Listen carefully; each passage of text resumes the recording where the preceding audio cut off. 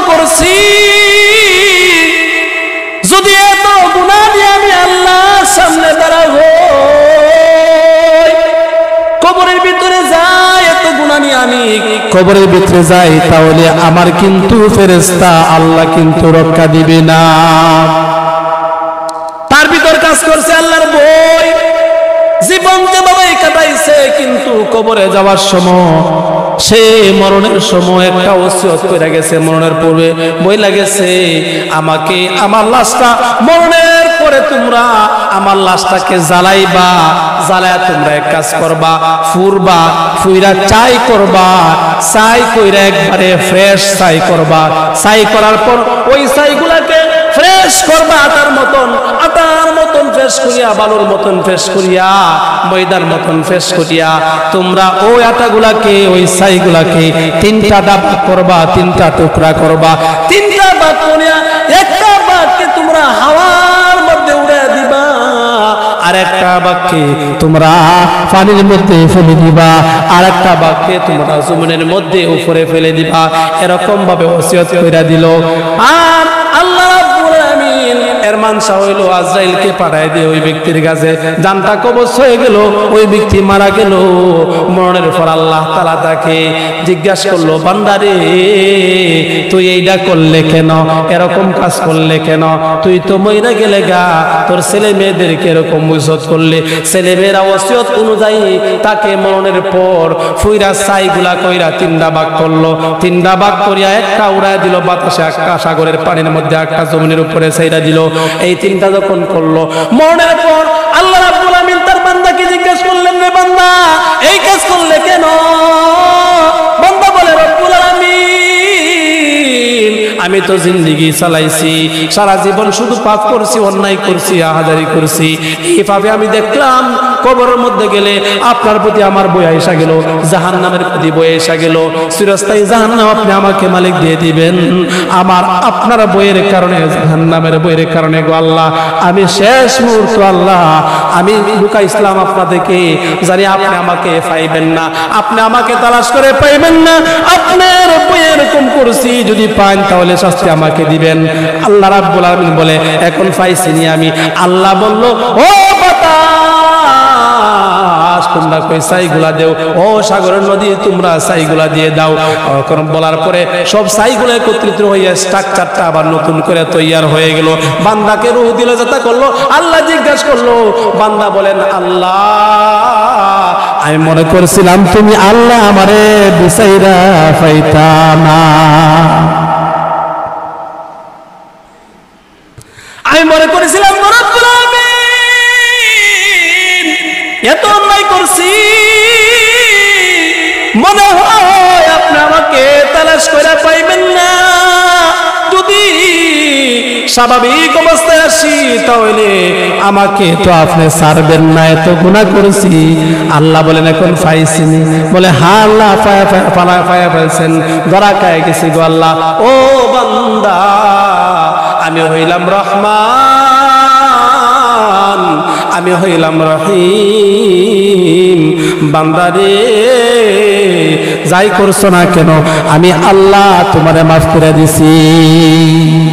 रख़सार से बुर्का का दौरा पर्दा उठा दो, लिल्लाहि मुझे हुस्न खुदा दाद दिखा दो, लिल्लाहि मुझे हुस्न खुदा दाद दिखा दो।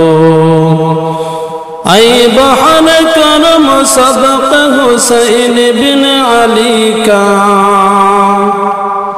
ऐ बहन करम सदक़ हुसैन बिन अली का, प्यासा हो मुझे शरबत दीदार पिला दो, प्यासा हो मुझे शरबत दीदार पिला दो। मैं दूर हूँ मजबूर हूँ ऐ सैयद आलम, मैं दूर हूँ मजबूर हूँ ऐ सैयद आलम, दीदार दिखाते नहीं आवाज सुना दो, दीदार दिखाते नहीं आवाज सुना दो कातिब से मेरे नाम ये आमोल मंग को कातिब से मेरे नाम ये आमोल मंग को जितने अमले जिस्ते उन सबको मिटा दो जितने अमले जिस्ते उन सबको मिटा दो আল্লাহ জাল্লা শানুর মেহেরবানি যে রব্বুল ইজ্জতে কারীম আল্লাহ তাআলা আমাদেরকে পবিত্র সময়ে আল্লাহ তাআলার হুকুমের জন্য আমার সমবেত পারছে এজন্য মালিকের দরবারে কালিমাতু শুকর আদায় করি বলি সবাই আলহামদুলিল্লাহ। আল্লাহ তাআলার মেহেরবানি নিয়ামত এবং ফজল এবং দয়া এবং রহমতের কারণে আল্লাহ তাআলার এই বিশাল রহমতের কানে আসতে পারলাম আমরা আল্লাহর হুকুম পালনার্থী।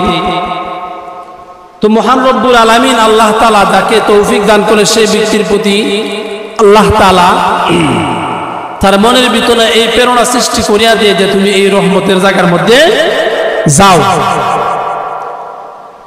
এই প্রেরণা সৃষ্টি করে দিয়ে একমাত্র বান্দার চেষ্টার কারণে, যে বান্দা চেষ্টা করে এই বান্দার অন্তরের ভিতরে আল্লাহ এই প্রেরণা সৃষ্টি করে দেয়। চেষ্টা কি? চেষ্টা হচ্ছে আখিরাতের বই তার অন্তরের ভিতরে আল্লাহ তাআলা সে নিজ থেকে তো করবে, আল্লাহ রাব্বুল আলামিন রহমত করবে। আখিরাতের বই যে ব্যক্তির অন্তরের ভিতরে ঢুকে গেছে সেই ব্যক্তি কখনো কোনোদিন সে আল্লাহ থেকে দূরে থাকতে পারবে না। এমন একটা মেডিসিন পয়গম্বর সাল্লাল্লাহু আলাইহি সাল্লাম বলেন যে বই এমন একটা মেডিসিন যে এই একটা মেডিসিন যার ভিতরে থাকবো সে ব্যক্তি কোনোদিন গুনার কাজ করতে পারে না। কি করতে পারে না? গুনার কাজ করতে পারে না। এই মেডিসিনটা আপনার আমার সকলেরই প্রয়োজন। এই একটা মাত্র মেডিসিন কাজ না করার কারণে আমরা আল্লাহর হুকুম মানতেছি, এটা সবচেয়ে বড় মেডিসিন। তাফসীরের কিতাবে লেখেন তাকওয়া আল্লাহর বই যে মেডিসিনটা, এই মেডিসিনটাকে তিন ভাবে বিভক্ত করা হয়। তাফসীরে বইজাবের ভিতরে আছে এই মেডিসিনকে তিন ভাবে বিভক্ত করা হয়।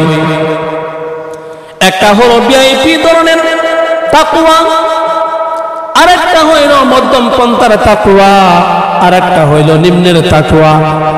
ভিআইপি তো আমরা হইতে পারতাম না। ভিআইপি কোন ধরনের তাকওয়া? প্রথম নম্বর স্তর। এই তাকওয়াটাকে বলা হয় তাফসীরে বইজাবের ভিতর লেখেন ভিআইপি হচ্ছে এরকম তাকওয়াকে বলা হয় সে তো গুনার কাজ করতোই না, আল্লাহর বইয়ে গুনার কাজ তো করবো না, এমনকি মাকরুহাত গুনাহও সে করবো না, সন্দেহাত গুনাহও সে করবো না। যেই কাজটা সাধারণ গুনাহ, ছোট গুনাহ, সেই ছোট গুনার কাছেও সে যাইব না। তারা হয়েছে আল্লাহর বুজুর্গ, আল্লাহর ওলি। আল্লাহর ওলিদেরকে এই সিফত আল্লাহ তাআলা দান করছেন, তবে তারা চেষ্টা করেছে, যুগে যুগে চেষ্টার বিনিময়ে আল্লাহ তাআলা তাদেরকে এই সিফত দান করেছে। চেষ্টা করছে, চেষ্টার বিনিময়ে আল্লাহ তাআলা দান করেছে। চেষ্টা নাই, আল্লাহ দান করতেন। সাহাবায়ে কেরাম কেমন বই করতেন, কেমন চেষ্টা করতেন, এরকম চেষ্টা করতে হইব। দুই নম্বর তাকওয়ার স্তর হইল যারা নাকি কবিরা গুনাহ করবে না, তবে সগীরা গুনাহগুলো করবে। কবিরা গুনাহ করবে না, সগীরা গুনাহ করবে। ছোটটি করব, আছে না নি? এরপর আরেকটা স্তর আছে, নিম্ন স্তর। তারা কবিরা গুনাহ করব, বড় বড় গুনাহ করব, আবার দাবি দিব, ফুটাঙ্গি দেখাইব আমি মুসলমান। হ্যাঁ, এই তিনটা স্তর তাকওয়া। যারা আল্লাহকে প্রকৃত বই করবে তারা কোনোদিন গুনার কাজ করবে না। এটা এক নম্বর মেডিসিন। সাহাবায়ে কেরাম কিরকম বই করতেন? মধ্যে আল্লাহ কিরকম বই করতেন? তাফসীরের কিতাব উল্টাইলে পাওয়া যায় এক ব্যক্তি আল্লাহকে এমন বই করতো, এমন বই করতো। বাকারা শরীফের ভিতর জিলদে সানের ভিতর আল্লাহ রাসূল সাল্লাল্লাহু আলাইহি ওয়াসাল্লাম ইরশাদ করেন, এক ব্যক্তি এমন বই করতো, আল্লাহকে এমন বই করতো, বই করিয়া আস্তা জীবন সারা জীবন সে আল্লাহর নাফরমানির মধ্যে কাটায় দিছে, আল্লাহর পাপাচারের মধ্যে কাটায় দিছে। সে যখন মরণের পূর্বে ছেলেদেরকে ওসিয়ত করলো, আত্মীয় স্বজনদেরকে ওসিয়ত করলো, শোনো গো আমার ছেলে মেয়েরা, শোনো আমার আত্মীয় স্বজনরা, আমার একটা ওসিয়ত শুনিয়া রাখো, আমি যদি মারা যাই তাহলে তোমরা আমাকে এক কাজ করিও, আমি মারা গেলে তোমরা আমাকে এক কাজ করিও, আমাকে তোমরা স্বাভাবিক যেরকম কবরের মধ্যে দাফন করা হই সেই রকম দাফন তোমরা আমাকে কবরের মধ্যে করিও না। তাহলে কিরকম? কারণ আমি এত পাপ করছি, এত গুনাহ করছি, যদি এত গুনাহ দিয়ে আমি আল্লাহর সামনে দাঁড়াবো,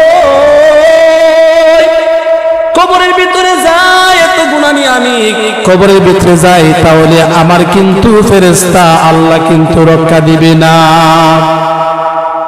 তার ভিতর কাজ করছে আল্লাহর বই, জীবন যেভাবে কাটাইছে, কিন্তু কবরে যাওয়ার সময় সে মরণের সময় একটা ওসিয়ত করে গেছে, মরণের পূর্বে বই লাগেছে, আমাকে আমার লাশটা মরণের পরে তোমরা আমার লাশটাকে জ্বালাইবা, জ্বালায়া তোমরা এক কাজ করবা, ফুরবা, ফুইরা চাই করবা, চাই কইরা একবারে ফ্রেশ চাই করবা, চাই করার পর ওই চাইগুলাকে ফ্রেশ করবা, আটার মতন ফ্রেশ করিয়া, বালুর মতন ফ্রেশ করিয়া, ময়দার মতন ফ্রেশ করিয়া তোমরা ওই আটাগুলাকে, ওই ছাইগুলাকে তিনটা ডাবা করবা, তিনটা টুকরা করবা, তিনটা ভাগ করিয়া একটা ভাগকে তোমরা হাওয়ার মধ্যে উড়ে দিবা, আর একটা ভাগকে তোমরা পানির মধ্যে ফেলে দিবা, আর একটা ভাগকে তোমরা জমিনের মধ্যে উপরে ফেলে দিবা। এরকম ভাবে ওসিয়ত কইরা দিল।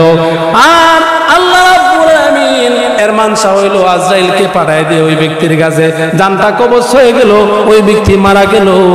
মরণের পর আল্লাহ তাআলা তাকে জিজ্ঞাসা করলো, বান্দারে তুই এইটা করলে কেন, এরকম কাজ করলে কেন, তুই তো মইরা গেলে গা, তোর ছেলে মেয়েদেরকে এরকম ওসিয়ত করলে, ছেলে মেয়েরা ওসিয়ত অনুযায়ী তাকে মরণের পর ফুইরা ছাইগুলা কইরা তিনটা ভাগ করলো, তিনটা ভাগ করিয়া একটা উড়ায় দিল বাতাসে, একটা সাগরের পানির মধ্যে, একটা জমিনের উপরে ছাইরা দিল।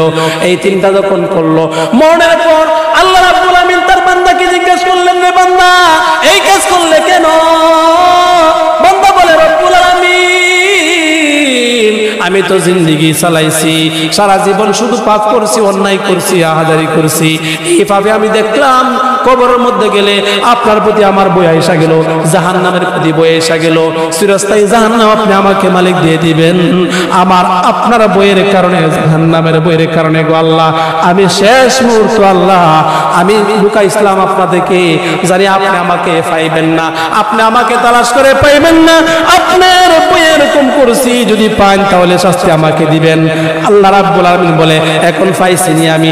আল্লাহ বলল, ও বাতাস তোমরা কই ছাইগুলা দেও, ও সাগরের নদী তোমরা ছাইগুলা দিয়ে দাও। কারণ বলার পরে সব ছাইগুলা একত্রিত হইয়া স্ট্রাকচারটা আবার নতুন করে তৈয়ার হয়ে গেল। বান্দাকে রূহ দিল, যাতা করলো, আল্লাহ জিজ্ঞাসা করলো, বান্দা বলেন, আল্লাহ আমি মনে করছিলাম তুমি আল্লাহ আমারে বিসাইরা পাইতা না, আমি মনে করেছিলাম রব্বুল আমিন এত অন্যায় করছি,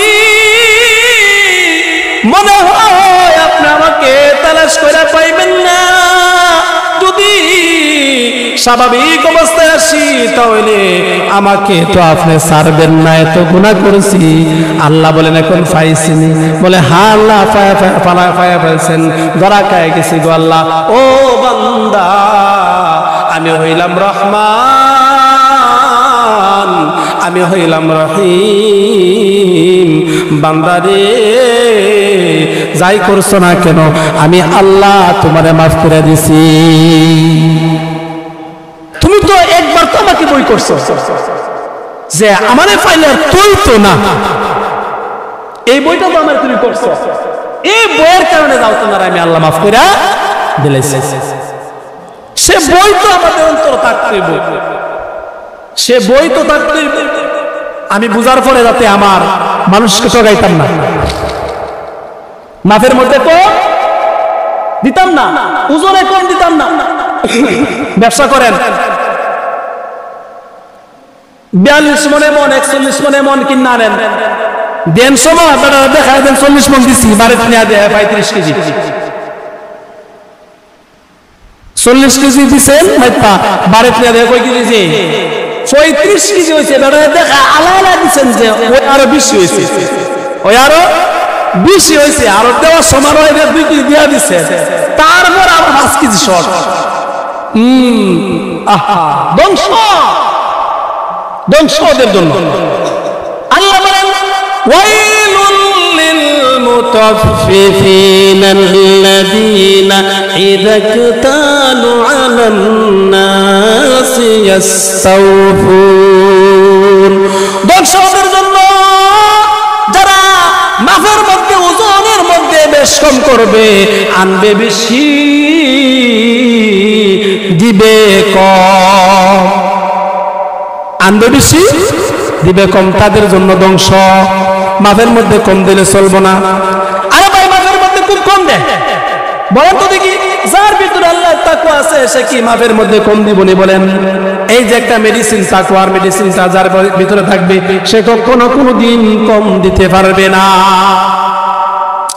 হযরত উমর রাদিয়াল্লাহু তাআলা আনহু খলিফাতুল মুসলিমিন, হযরত উমর সিফাতুস সাফওয়া তাফসীর, সিফাতুস সাফওয়া কিতাবের ভিতর উল্লেখ করেন, সিফাতুস ইবনে জাওজি রাহমাতুল্লাহি তাআলা আলাইহি সিফাতুস সাফওয়া কিতাবের ভিতর উল্লেখ করেন, হযরত উমর রাদিয়াল্লাহু তাআলা আনহু আল্লাহর তো বই করতেন, আল্লাহর এই বইয়ের কারণে ওমর বলতেন যে আমি যদি ওমর আমার রাজ্যের মধ্যে যদি একটা কুকুর আনা খাওয়া যায়, মারা যায়, তাহলে আমি ওমরকে আল্লাহ কাজ করার আসামি দাঁড় করাইব।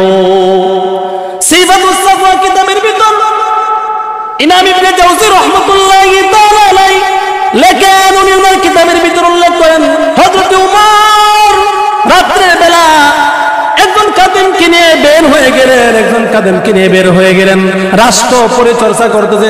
ইনতালাকা ওমর ইবনুল খাত্তাব রাদিয়াল্লাহু তাআলা ফি সাহবিহি মাহু, একজন সাথীকে নিয়ে হযরত ওমর বের হয়ে গেলেন।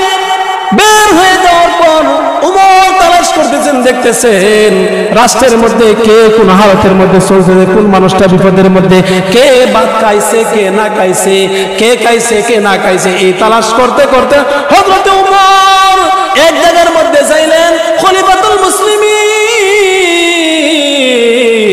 রাস্তা দিয়ে যাইতেছেন। রাস্তা দিয়ে যাওয়ার পর হঠাৎ করে দেখেন যে একটা মহিলার আওয়াজ তার কানের মধ্যে আসে পড়লো। কিসের আওয়াজ? মহিলার আওয়াজ। হযরত ওমরের কানের ভিতরে এসে পড়লো। ওমর মহিলার আওয়াজটা শুনিয়া কানটা ফাইতা দিয়া শুনলেন। মহিলা বলতেছে, কি বলতেছে? ওগো ওগো আমার সন্তান, ওয়া উম্মি, ওগো মা। প্রথম বলছে মেয়ে মাকে, ইয়া উম্মুন, ওগো আম্মা।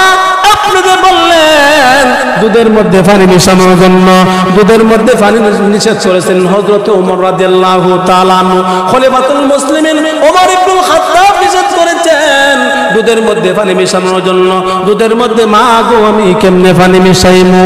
দুধের মধ্যে পানি মিশাইলে খলিফাতুল মুসলিমিন তো নিষেধ করেছে, এজন্য আমি এটা করতে পারি না। মা বলল, আরে তুমি ওমরের কথা শুনতেছো? ওমর কি এখানে আইসা বৈশা লইছেনি? ওমর কি এখানে দেখতেছেনি? ওমর কি এখানে দেখতেছেনি? ওমর কি এখানে আসছেনি? কিন্তু আইরে আল্লাহ কি কেরেশমা দেখেন, ওমর শুনতেছে না নি? ওমর কিন্তু কান লাগা লাগা শুনতেছে, ঘটনা দেখতেছে। মা বলতেছে ওমর কি এখানে শুনতেছে নি? তখন মেয়ে বলল, ওগো মা যদিও ওমর না শুনে গো মা, তাহলে ওমরের মালিক আমার মালিক, আপনার মালিক গো মা। আল্লাহ রাব্বুল আলামিন এটা দেখতেছেনি, শুনতেছেনি। আইনামা তাকুনু ইউদরিকুহুমুল আবসার ওয়া হুয়া ইউদরিকুল আবসার। আল্লাহ কোথায়? আল্লাহ কই? এই যে শাহরুখ দেখতেছেন, এই যে বলার শাহরুখ কথা বললে তো ফুলে যায়, মোটা হয়ে যায়, ঠিক কি না? আল্লাহ বলেন ও বান্দা, তুমি মনে করতেছো আমি কই? বান্দা রে, আইনামা তাকুনু ইউদরিকুহুমুল আবসার। তুমি আমাকে দেখো না, মনে করতেছো কই চাই আমি লুকায় রয়েছি। না না না, ওয়া হুয়া ইউদরিকুল আবসার। সাবধান সাবধান, ওই যে তোমার শাহরগ দেখতেছো রে বান্দা, তোমার শাহরগের চাইতো আমি আল্লাহ নিকটে। আল্লাহ রাব্বুল আমিন এত নিকটে। মেয়ে বলতেছে ইয়া উম্মা, ও আমার পরে আম্মা, যদিও ওমর না দেখে না শুনে গো মা, আমার মালিক আপনার মালিক আল্লাহ তো শুনতেছে এবং দেখতেছে। সুবহানাল্লাহ। ও ভাই, এটা করলো কে? এটা করলো কে বলেন? এই যে একটা বই, এটা একমাত্র আল্লাহর বই, শুধু একটা আল্লাহর বই কাজ করছে। আল্লাহর বই ওই মেয়ের অন্তরের ভিতরে আল্লাহ রাব্বুল আমিন ঢুকায় দিচ্ছে।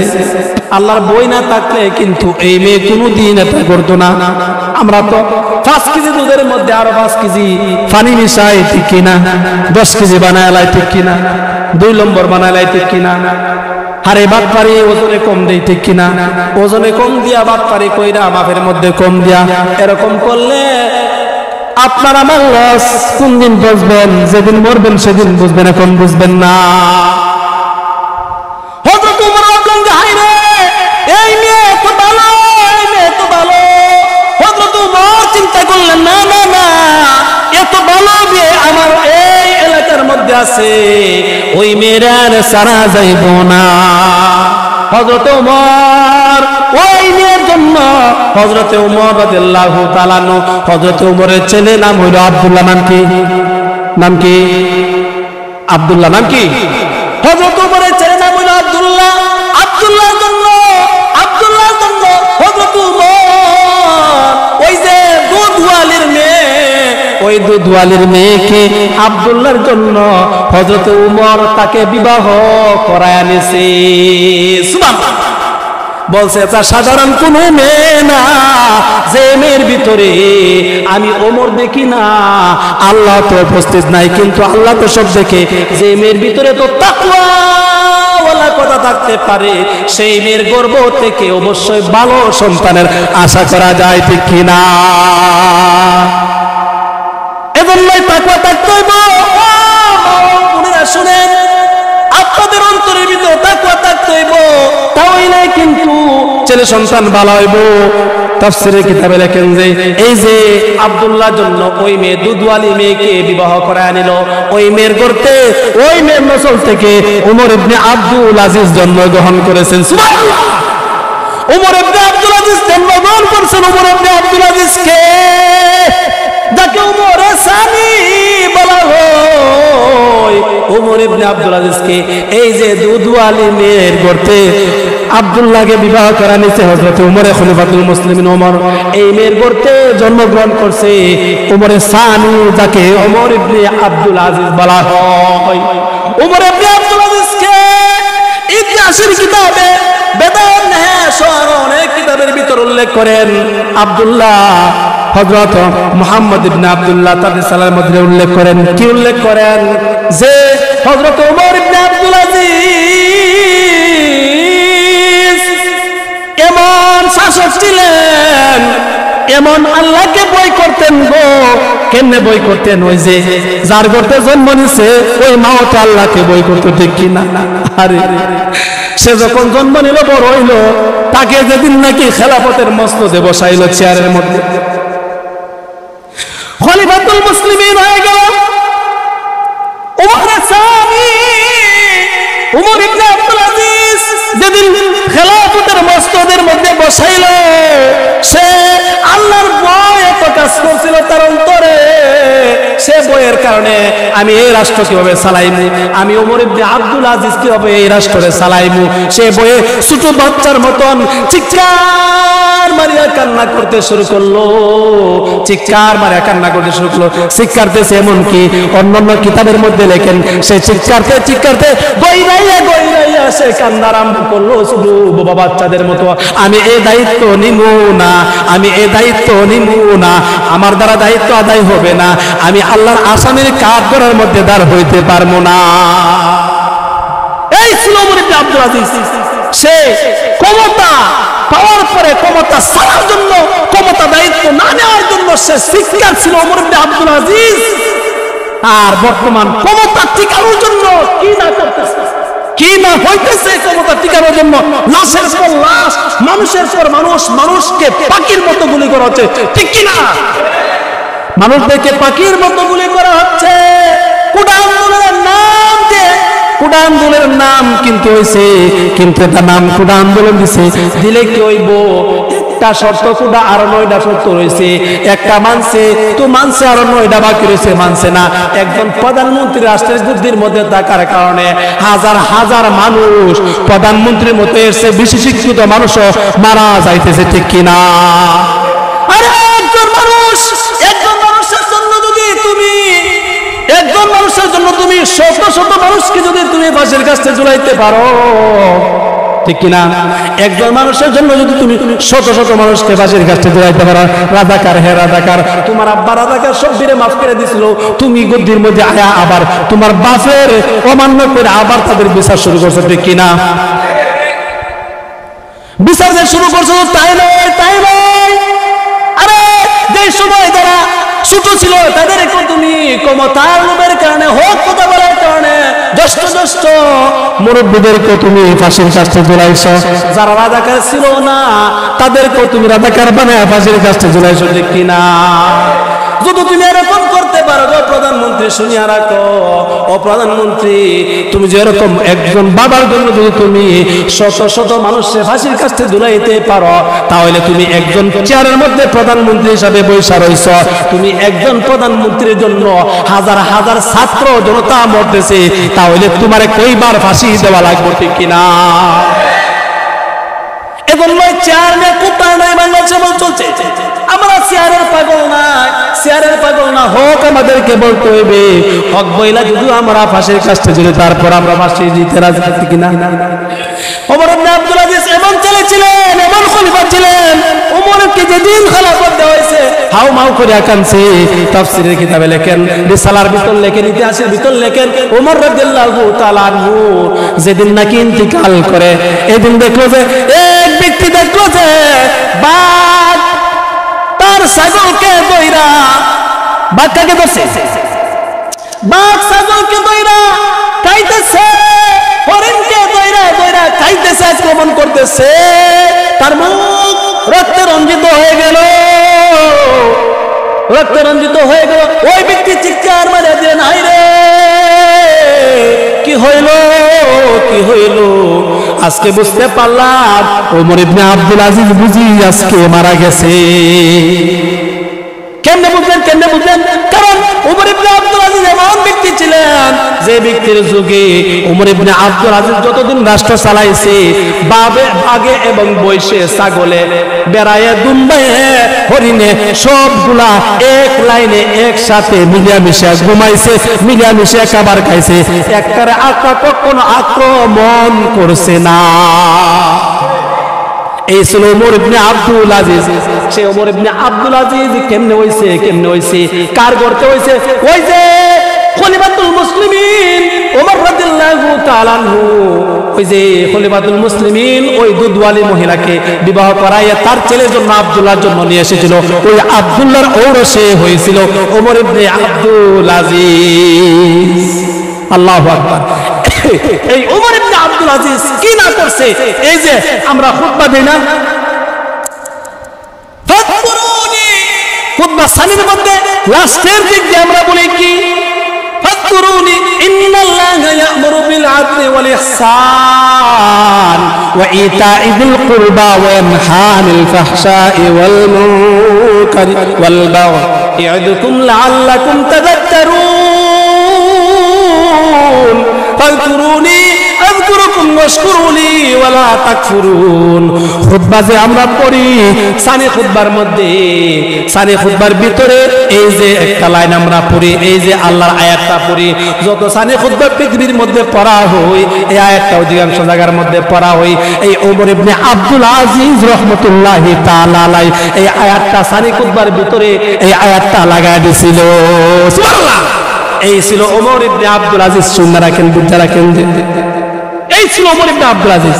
এজন্য ওমর ইবনে আব্দুল আজিজের মতো আমাদেরকে আল্লাহর তাকওয়া করতে হইব এবং দুধওয়ানির মতো আমাদেরকে আল্লাহর তাকওয়া বিতে থাকতে হইব। থাকতে পারলেই আমরা অধিকার, আমার ভাইয়ের অধিকার, বোনের অধিকার, মেয়ের অধিকার, মার অধিকার, ছেলের অধিকার, সবার সম্পত্তির অধিকার, স্ত্রীর অধিকার এবং ছেলের অধিকার, সবার অধিকার আমরা পালন করব। রাষ্ট্রের অধিকার, দেশের অধিকার, সব অধিকার পালন করতে পারবো। একমাত্র একটাই মেডিসিন, সেই মেডিসিনের নাম হচ্ছে আল্লাহর বই এবং তাকওয়া।